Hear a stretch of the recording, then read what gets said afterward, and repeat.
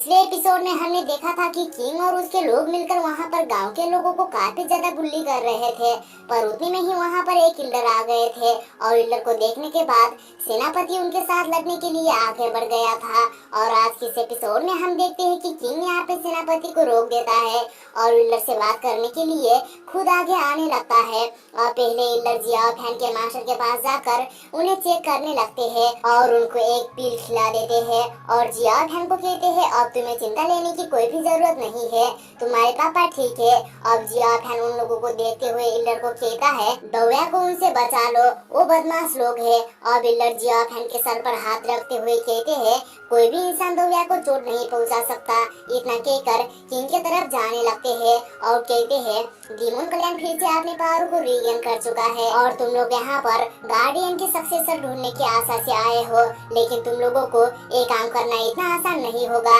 बच्चे को छोड़ दो, मैं बच्चे को अपने साथ लेकर तुम्हारे साथ जाने के लिए तैयार हूँ। और सुनकर किंग अपने लोगों को एक इशारा करता है और उन लोगों ने बच्चे को छोड़ देते हैं और इल्डर को कहते हैं बच्चे को अपने साथ लेकर हमारे साथ चलो। इतना कहकर वो वहाँ से जाने लगते हैं। अब दौया इल्डर के पास आ जाती है जहाँ पर इल्डर कहते हैं मेरे साथ चलो। अब ये सुनकर जियाओ फैन कहता है ग्रैंडफादर वो गुंडे लोग हैं, आप उन लोगों के साथ मत जाओ। अब जियाओ फैन दौया के पास आकर खड़ा हो जाता है और कहता है तुम गुंडे लोग दौया को यहाँ से नहीं ले जा सकते।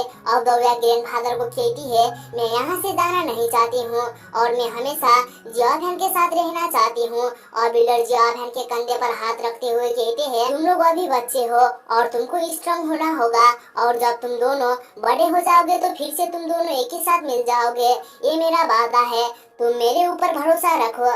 और वे सुनकर जियाओ फैन भी कुछ नहीं बोलता है और दौया आकर जियाओ फैन को एक पेंडांट देती है। और जियाओ फैन उस पेंडांट को रखते हुए दौया को कहता है तुम चिंता मत लो, मैं बहुत ज्यादा स्ट्रांग होके तुम्हारे पास जरूर आऊंगा। अब उतने में ही वहाँ पर जियाओ फैन के दो दोस्त आ जाते हैं।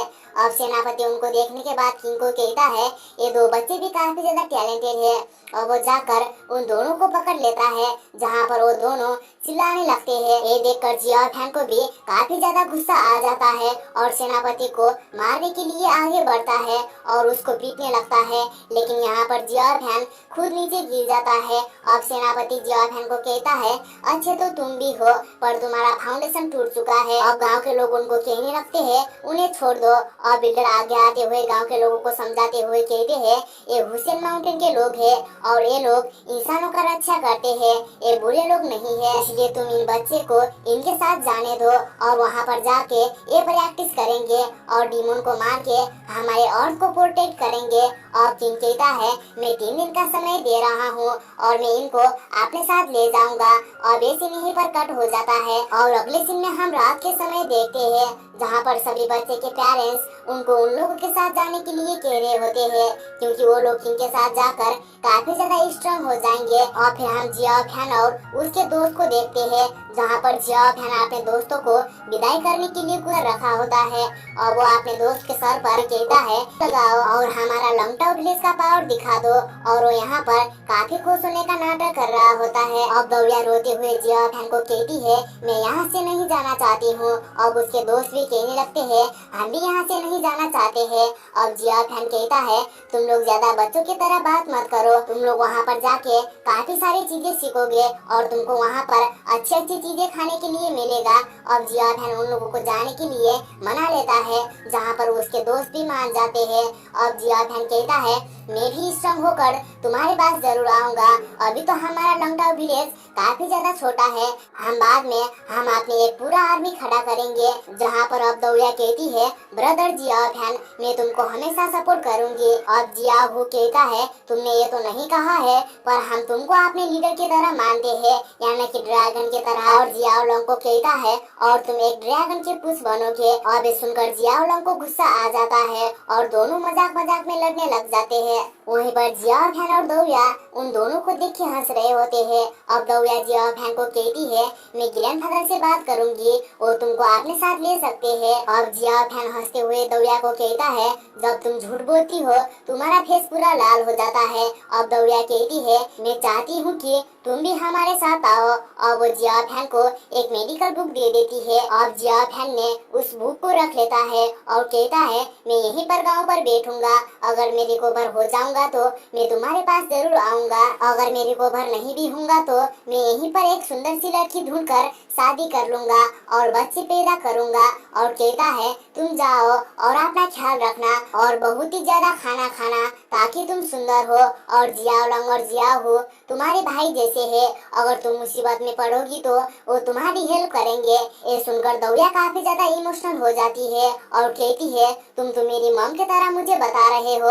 इतना कहकर जिया फैन को गले लगा लेती है और कहती है मैं तुम्हें बहुत ही ज्यादा मिस करूंगी। इतना कहकर वहाँ से जाने लगती है और फिर दूसरे दिन किंग सभी बच्चे को लेकर वहाँ से जाने लगता है। वहीं पर जिया फैन दौड़ते हुए छुपते हुए उनको देख रहा होता है।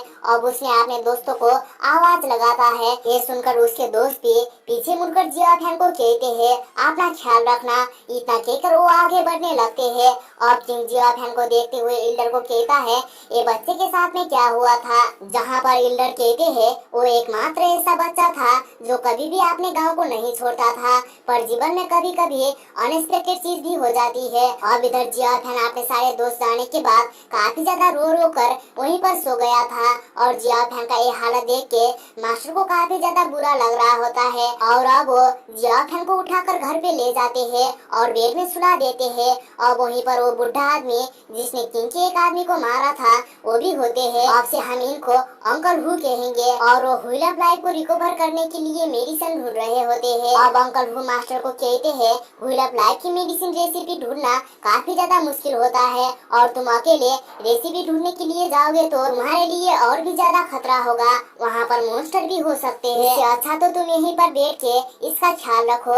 जहाँ पर मास्टर कहते हैं मैं अपनी पूरी जीवन भर इसको इस तरह से दुखी नहीं देख सकता। कुछ भी हो जाए मैं जिया फैन के लिए मेडिसिन ढूंढने के लिए जाऊंगा। अब अंकल हु से मैप लेकर मेडिसिन रेसिपी ढूंढने के लिए वहाँ से निकल जाते हैं और इसी के साथ में एपिसोड यहीं पर खत्म हो जाता है।